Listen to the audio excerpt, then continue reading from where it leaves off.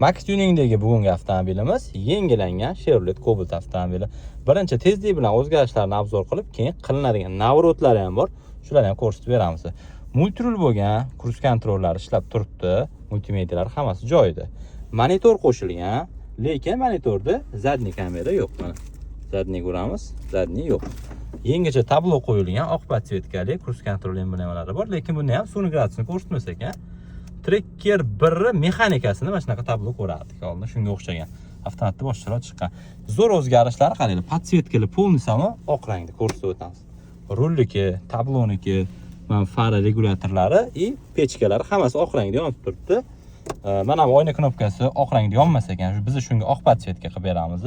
Sidena obogreflar ham bor, lekin chexol oddiy. Sidena chexol qilib beramiz, polik qilib beramiz va bitta Malibu 2 bar o'rnatib beramiz. Rullariga ham qo'shib qilib beramiz. Fikrlaringizni izohlarda qoldiringlar. Yangilangan Cobalt yoqdimi, yo'qmi?